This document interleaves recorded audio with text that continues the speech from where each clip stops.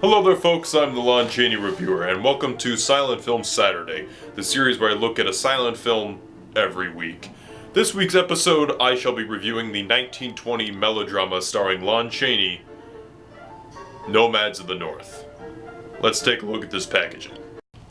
Okay, this is the Nomads of the North and the Shock Double DVD edition from Image Entertainment. That's the cover.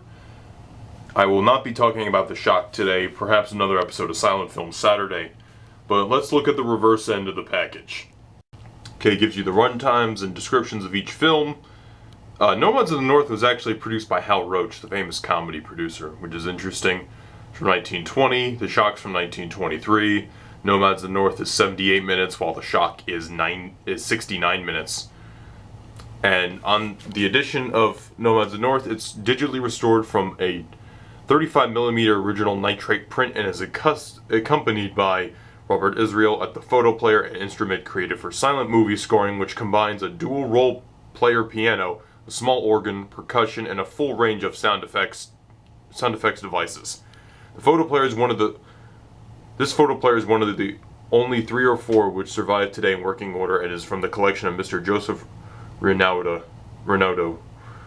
The Shock is digitally mastered from a duplicate negative. The video is tinted in authentic period style and is accompanied with an orchestral score using authentic arrangements compiled and conducted by Robert Israel once again. Okay, so the plot of this film goes like this. Chaney's character of Raoul Chandler is away for a very long time, and his romantic interest, his fiancée, is still waiting for him. However, it's been longer than expected, I would say. And there's this other character named McDougal who is obviously evil because, well, he has a mustache. And he has feelings for Chaney's fiancée and forces himself upon her in a similar fashion of over-the-top silent film villains. And he gets her to, go to do a marriage ceremony, and Chaney walks in the nick of time to stop it, and McDougal, the character of McDougal, is rather aggravated about this, and other events ensue. Now, as you can see, this is a very basic silent melodrama. There's a love triangle involved. Chaney is obviously the typical silent film hero, and you have a typical silent film villain. Now, as the plot moves forward, Chaney is framed for a crime he did not do, so he is locked up, and the character of McDougal and his father are plotting against him, obviously. However, Chaney's fiancée comes in with a gun and locks the McDougals down in their own prison cell, and she takes Chaney with them, and they escape with their pet dog and pet bear. And then, eventually, the characters are in hiding, and McDougal pursues Chaney's fiancée once again, and is attacked by the bear and the dog, runs away, and gets the Mountie police to go after Chaney and his fiancée and their newborn child, actually.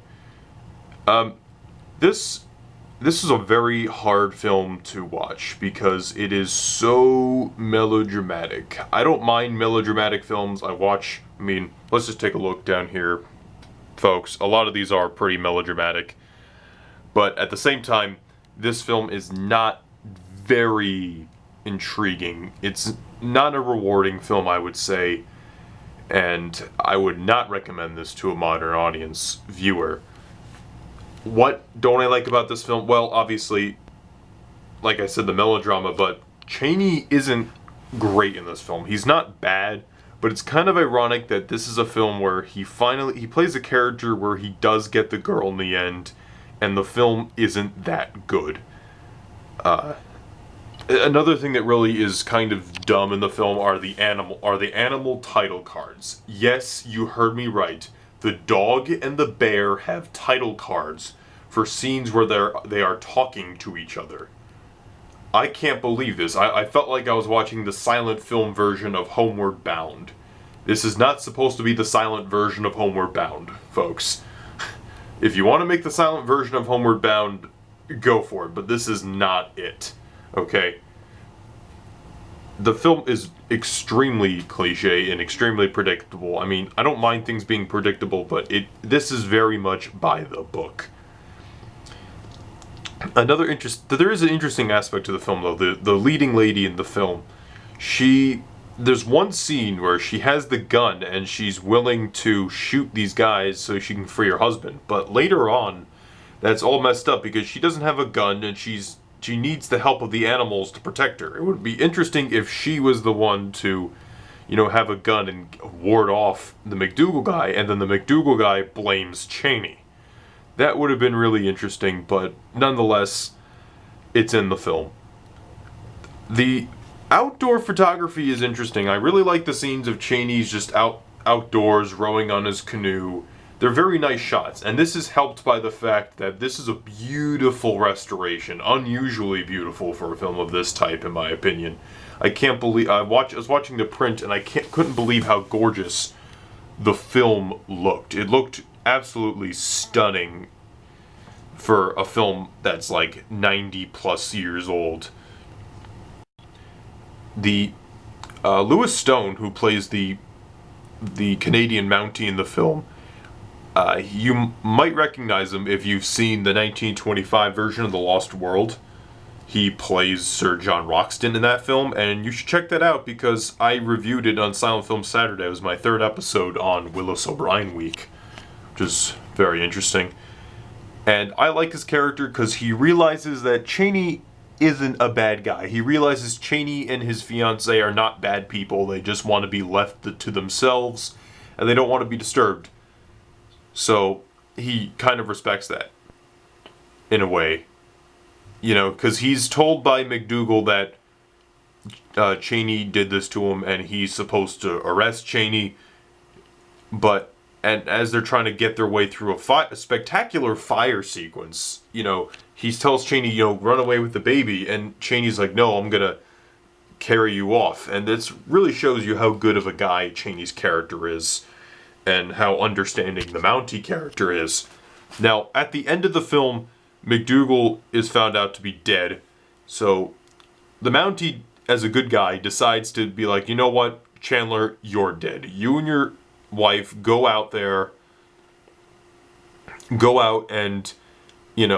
stay out of the public eye, and basically saying you're dead, just raise that kid and do the best you can.